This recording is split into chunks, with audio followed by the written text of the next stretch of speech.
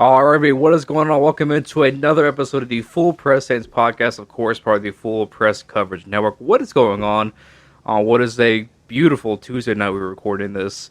You guys will listen to this Wednesday once I drop it. It is Alec here. No Dane today, but I got some pretty exciting friends to bring on here to you guys just a moment. Firstly, I want to say thank you to everybody who did DM myself and the show page on Twitter at Saints FPC as well for um, inquiring about the host spots we had open up. Don't worry, Dayton is still here. He'll be joining us later this week, actually, but we just needed some more hosts to fill in to talk about the Saints because that's clearly something we all love to do. Saints Twitter is truly a wild place to be at. I'm terrified of it sometimes, but I love it at the same time. So I appreciate everybody who did inquire about it. Um, and we've moved forward. We've added three great guys.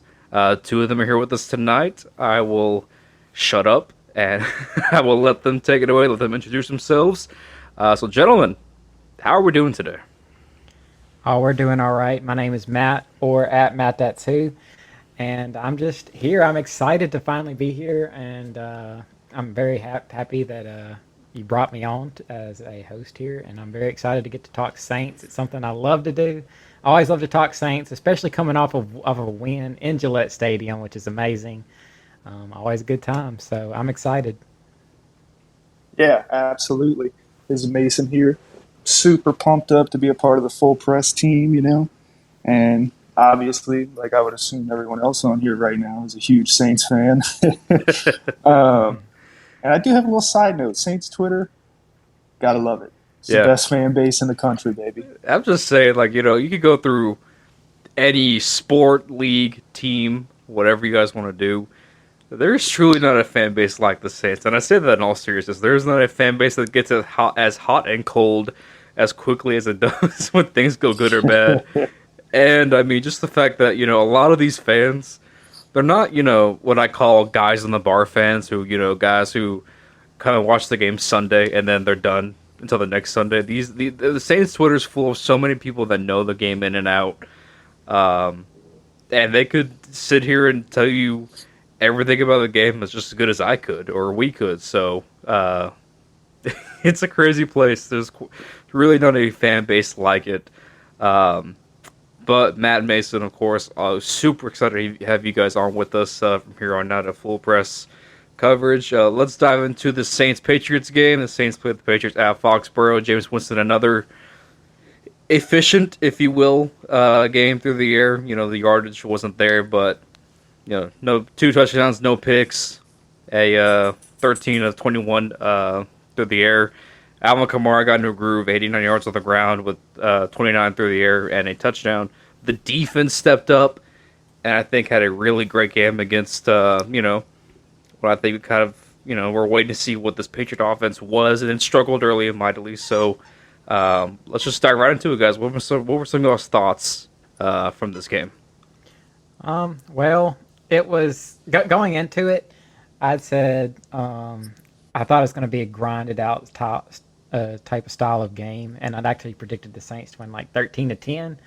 Which, I mean, if the two picks didn't happen, who knows what would have happened. I'm sure Patriots fans are giving Jonnu Smith the Jared Cook treatment this week after he gifted Malcolm Jenkins a pick six in that game. But aside from that, the defense looked stellar. The defense has been good since probably 2017, since Lattimore and Marcus Williams and all those guys came into the fold. But it's just gotten better and better each season. And I just wish that this defense was around in like 2011. Oh my God, that team would have been amazing if you stacked that defense with this. And Demario Davis, he's looking like the best player on the team. He's just been so good. The offense was anemic again this week, to say the least. As far as the passing game goes, because I mean, right now I think we're 31st in the league in passing, and that's very rare for a Sean Payton offense to see. The run game is looking good. It looked better this week, of course, because last week it was nothing as far as offense goes. Alvin Kamara played well. Taysom Hill did really well down that final drive stretch there. Some of the receivers came through when they needed to. Like Deontay had some big catches in that last drive. Quez had the miraculous God catch that Jameis likes to call it. But yeah, I mean, it was definitely not like one of those stellar games that you like to see, but I mean, the defense played well and offense did what it needed to do at the end of the day. Yeah, yeah. I mean, absolutely. I think one huge thing to take away is a lot of people are overlooking the offense and the team as a whole. Just because Jameis Winston is not throwing 300 yards a game and, playing gunslinger, it doesn't mean we have a bad offense. Right.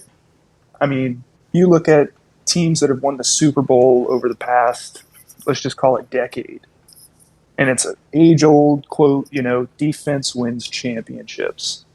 And I'm probably going to get crucified for this, but honestly, this defense, in my opinion, is the best defense this Saints team has ever had.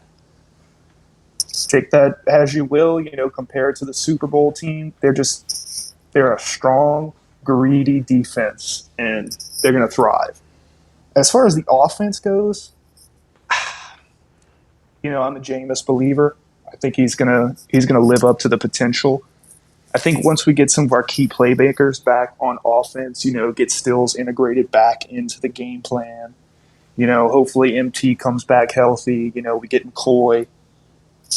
I think Sean Payton's going to have a whole lot of fun with Jameis in this offense because we've got a factor that we haven't had in a long time, and that's the vertical threat.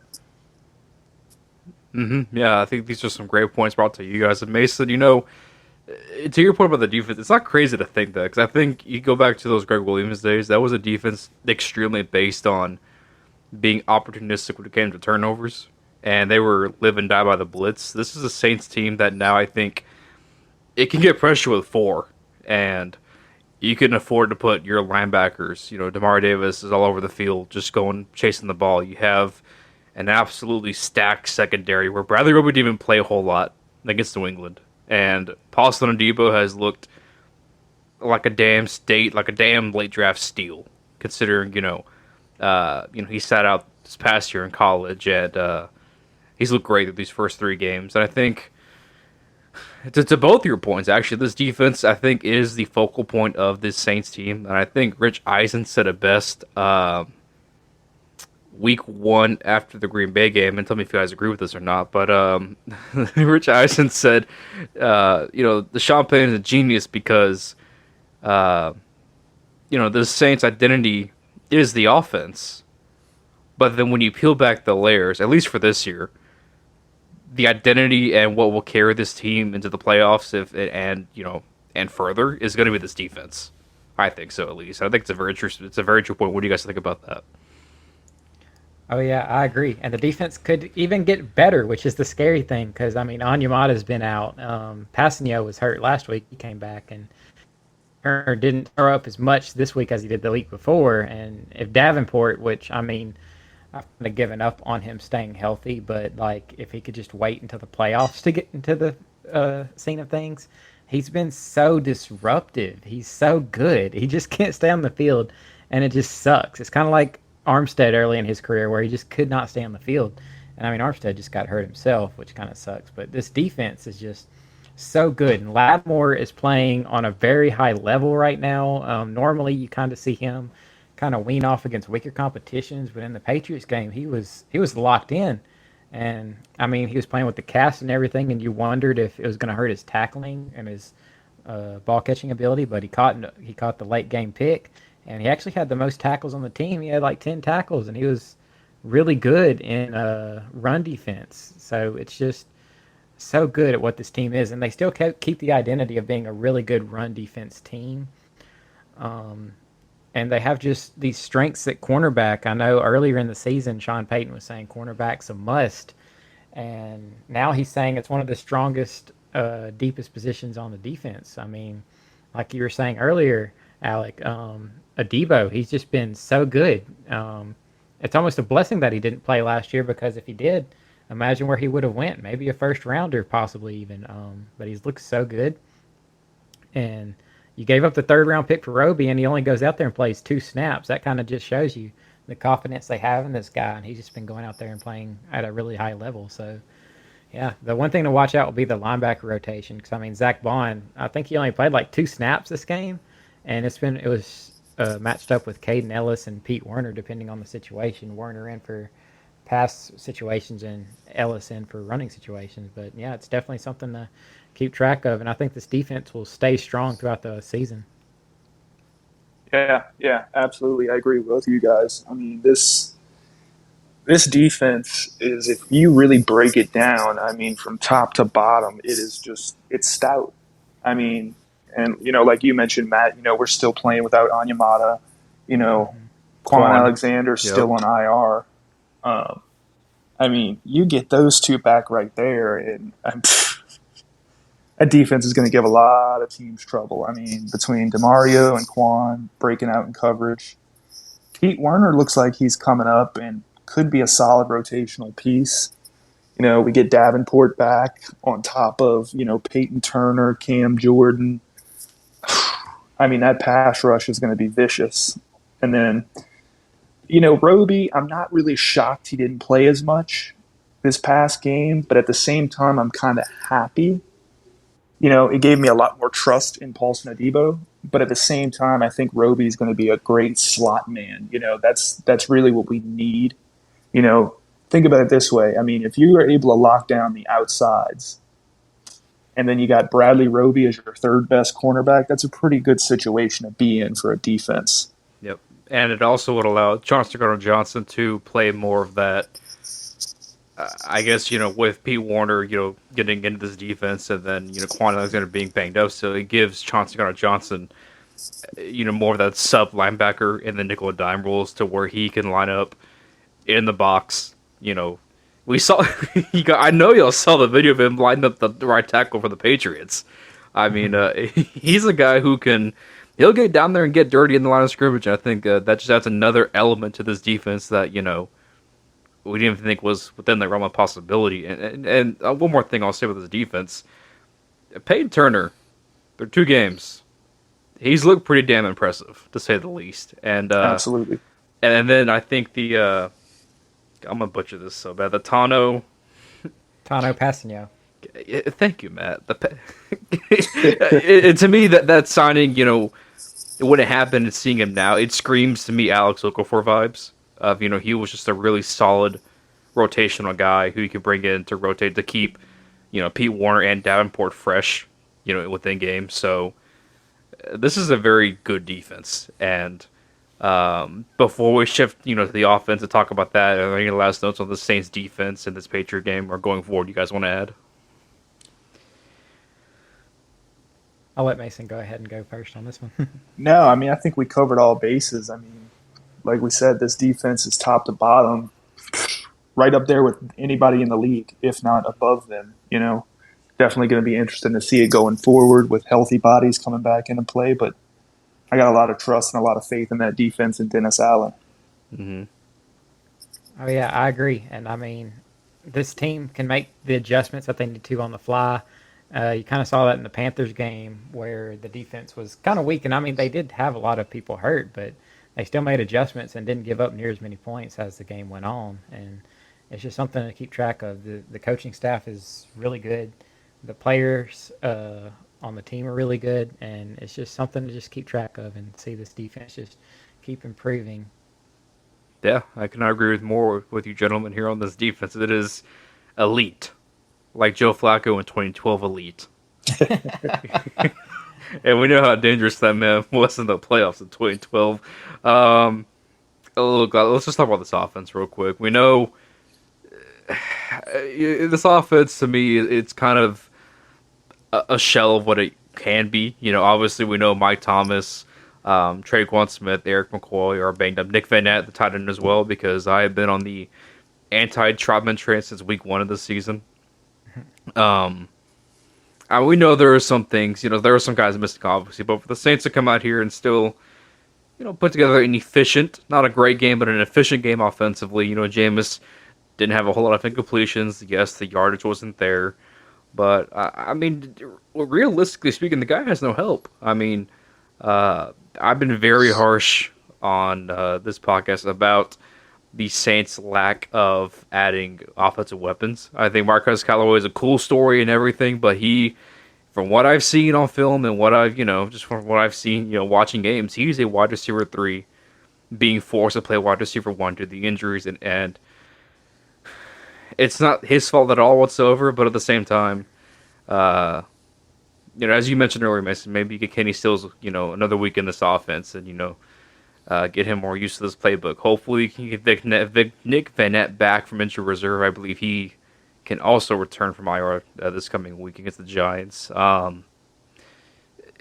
This offense, it's got to make do until the reinforcements come. What were some of y'all's thoughts and takeaways from this Patriot game? I mean, the offense is definitely something to be concerned about because through all three games, that's been the constant narrative with the offense is you just see them struggle, and every yard looks so hard and it looks so earned because we're so used to such efficiency from Drew Brees, and it's just so different now. And I mean, as I said earlier, 31st ranked passing offense, it just doesn't happen under the Sean Payton led team. And through three games of the season so far, I think Jameis Winston's at 387, hasn't passed for 150 yards in a single game. It's kind of concerning, but like you pointed out, when the lack of help he has, and I mean, you go at all facets of the offense. You go at the offensive line, the interior offensive lines just had troubles from Eric McCoy getting hurt. Cesar Ruiz had to going back to guard or center from guard. And then you have an undrafted free agent, Throckmorton, come in and play guard. Well, although he's been pretty good for an undrafted free agent, I'll give him that. But and Pete, we know the story about Pete. I'm not even going to go there. He actually had a very good game against New England. I know people were so split on that man, and they have every right to. But Ruiz and Ramczyk struggled much more than Pete did. Yeah, I agree, but Pete definitely has his moments. And right. At some point, the Saints have to think like, is it worth it? What the contract that they gave him? And I know the guard play in the NFL isn't very high, and the fact that Pete's one of the higher paid guys kind of shows a testament to that, and the fact that there was a market for him when he was out in free agent. But I'm done with the Pete stuff at the moment. But as you said, Ramczyk, even the stalwart of the offensive line with Armstead going out in the game, he even had a bad game. And I think it's more or less a product of when the whole offensive line struggles, everyone will struggle. And that definitely includes with the running backs, the quarterback, of course, and the rest of the offensive line, even the wide receivers. Because, I mean, these wide receivers just can't get super fast separation. And when you would like them to get faster separation to supplement the offensive line giving up pressures quickly, you end up either seeing Jameis hold the ball and take a sack or not throw the ball because he might be gun shy, because going into the game, the big story of it was New England is 108-7 at Gillette Stadium when they won the turnover battle. So I'm sure Sean Payton had it in this guy's head, do not turn the ball over. So he was probably a little gun shy too, to be fair. But you would like to see the wide receiver room get better, of course, too.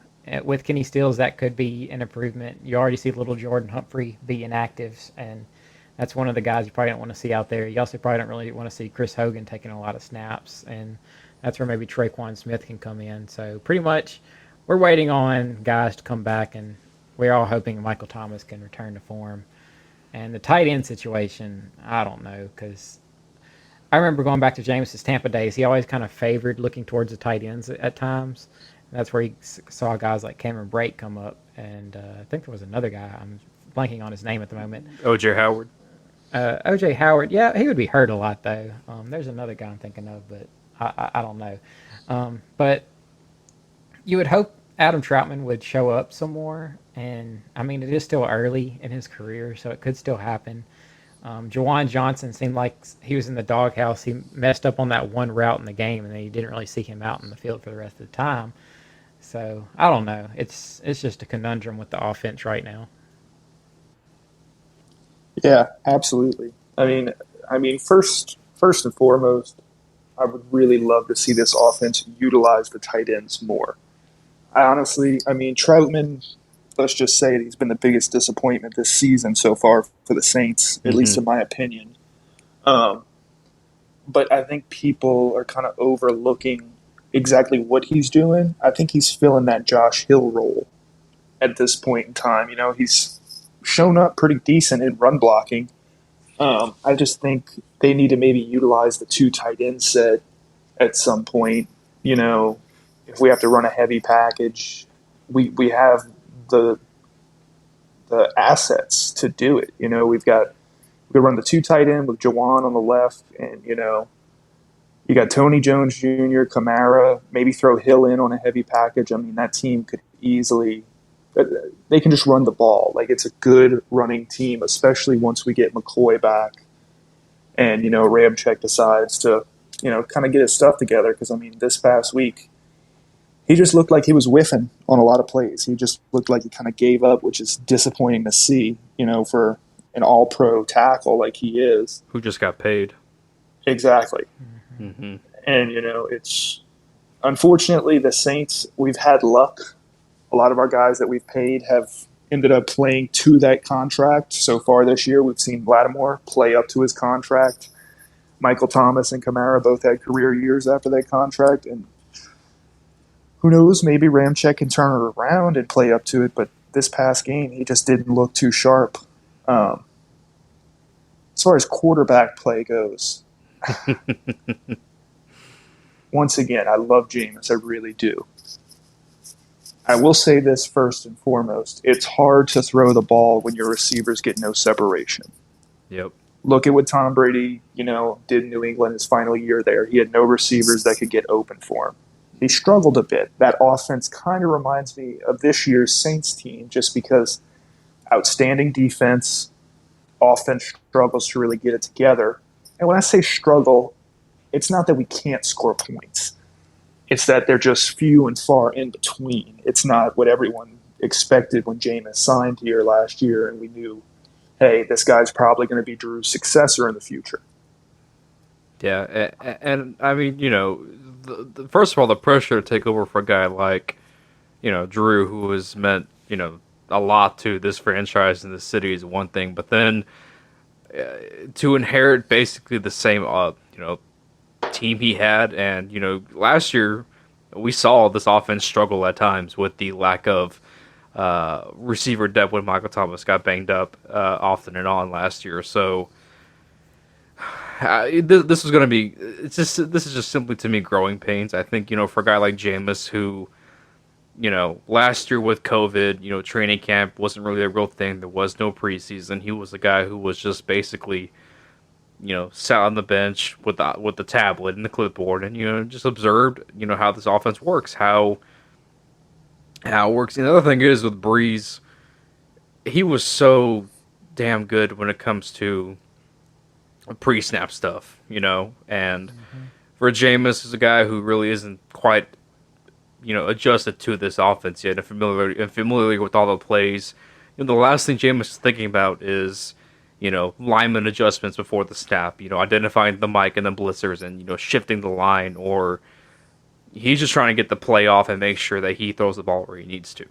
So I understand, why this offense is struggling. It's not very pretty to watch, but it's just something that has to happen when you have a new quarterback in a system where we see the last guy play here for 15 years. So it's just different to watch, but I mean, at the same time, I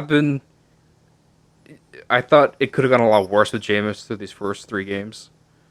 And I was really interested to see how he responded after the Panther game. And he looked solid. He made the right throws when he needed to. There was, as you mentioned earlier, Matt, there was the touchdown to Marquez Callaway where I think half of us thought, oh my God, what the F is he doing?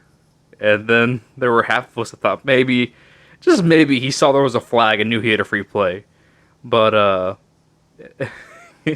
my favorite part is you go back and watch the Fox footage. You see Jameis walk up to Sean Payne, Pete Carmichael, and I believe it's Curtis Johnson, the receiver coach. They're all just standing there looking at him like, dude, what the F did you just do?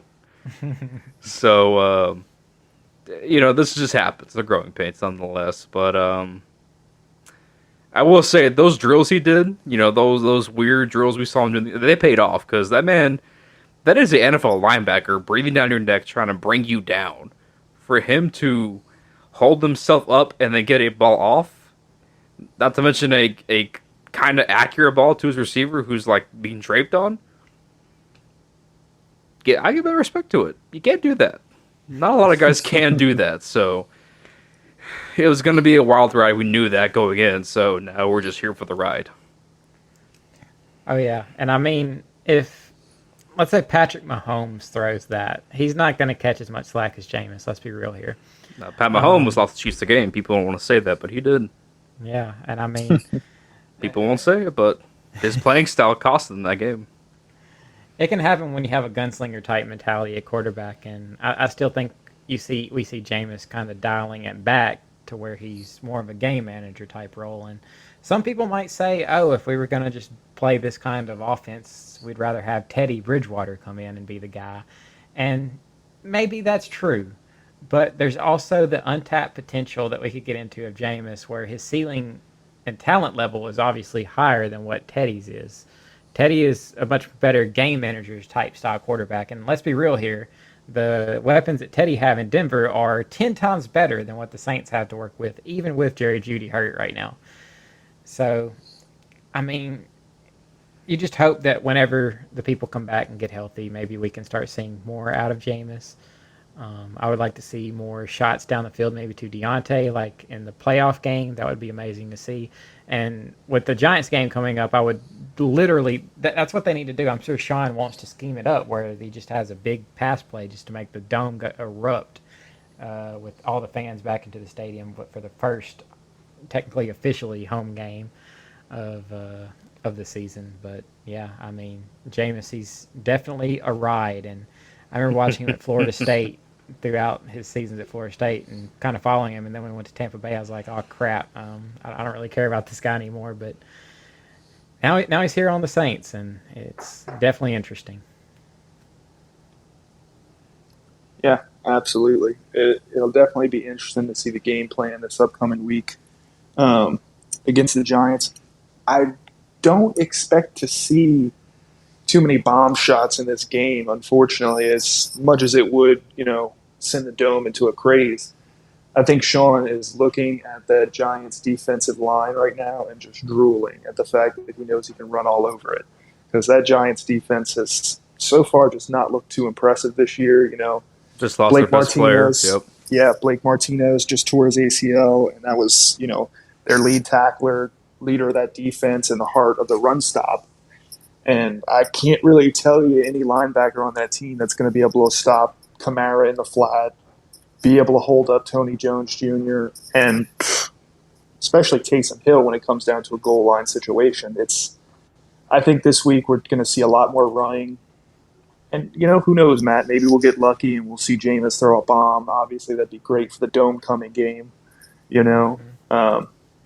But I'm ready for bye week. I'm ready for the Saints to get back healthy, And I just want to quickly throw in there, I'm sorry, but in October, when was the last time that y'all remember the Saints losing at home in October?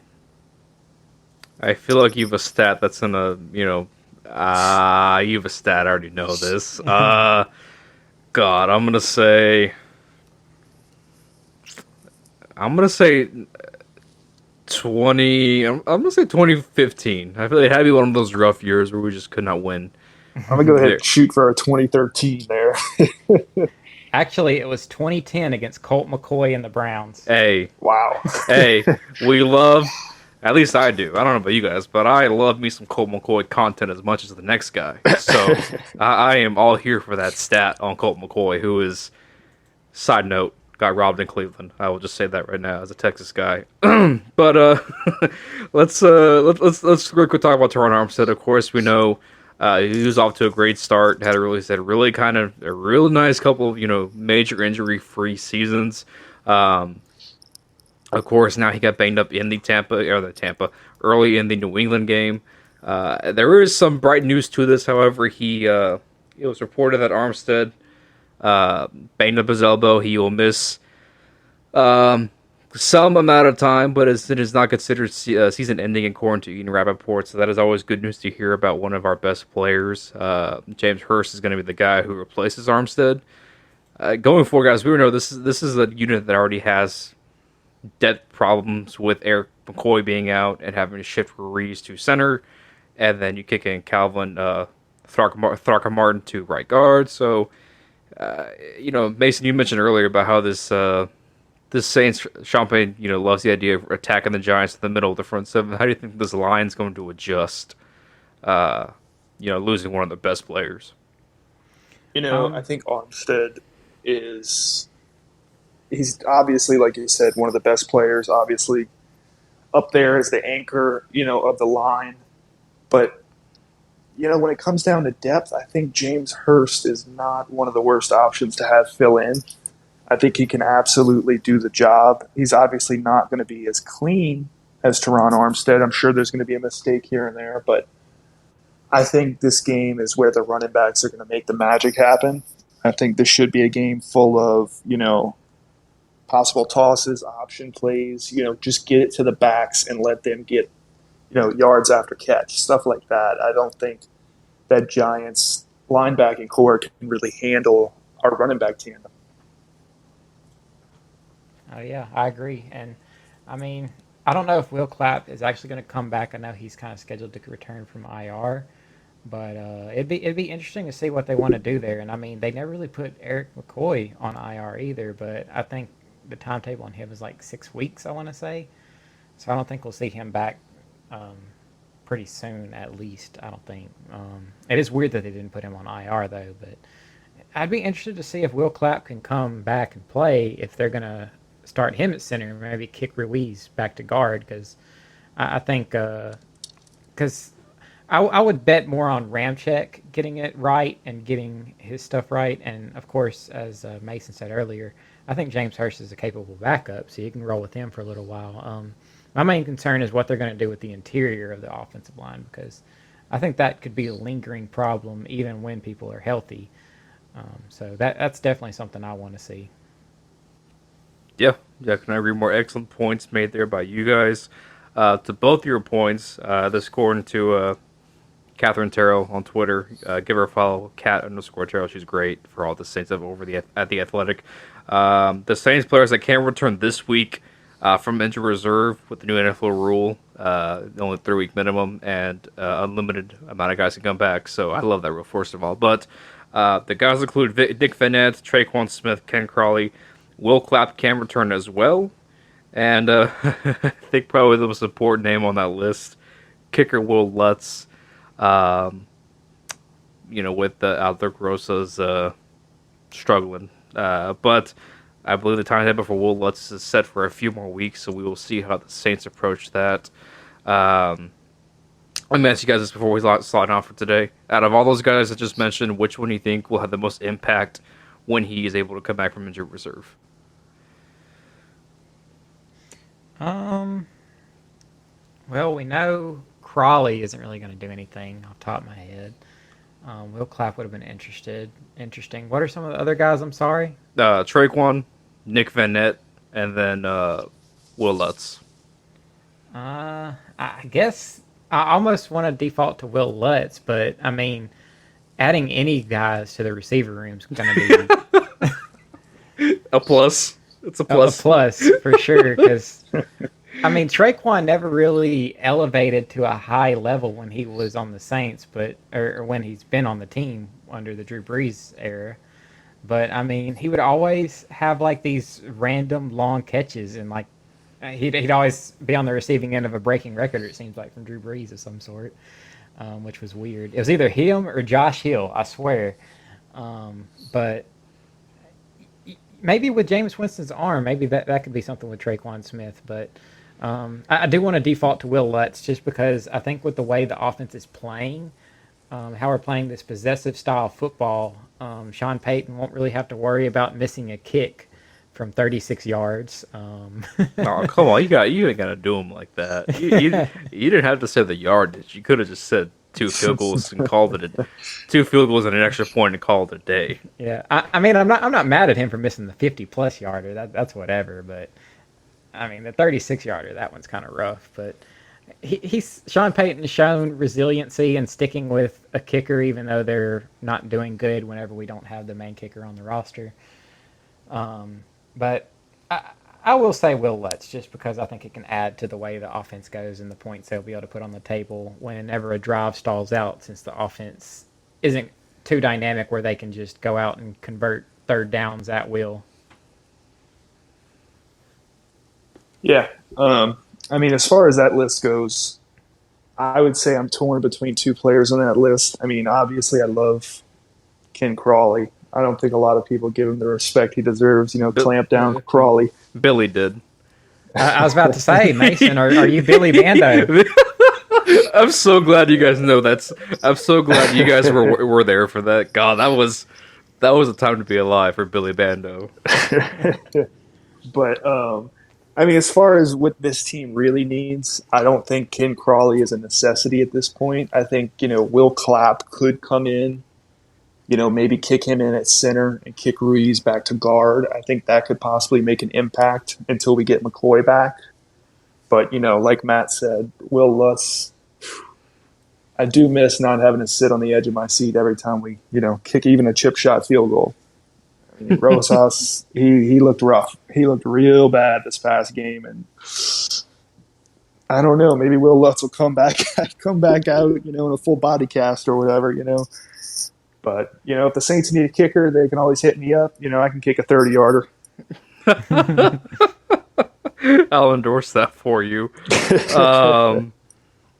Sheesh. I really do want to say Will Lutz, just because, obviously the kicking game it's going to be an issue, it looks like, until he's ready to go.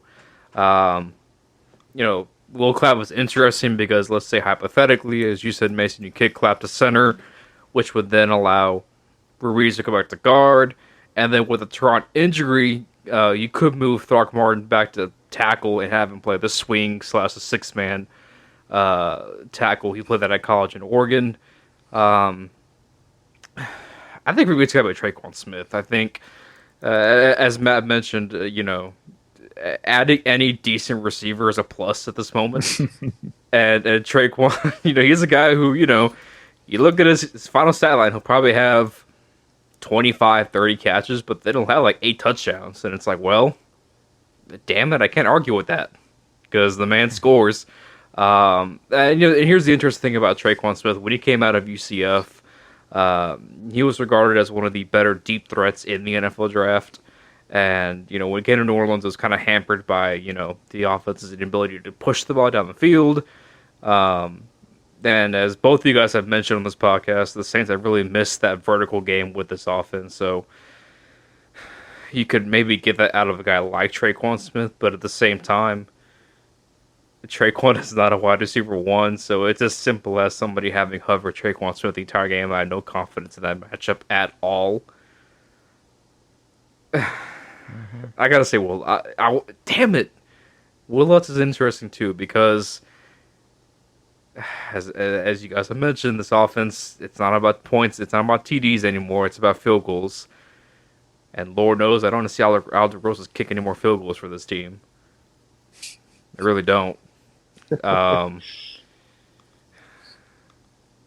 No, I'll stick to Traquan. My hatred of this wide receiver room has to be a staple on this show, and that it will stay as a staple. These guys are not very good.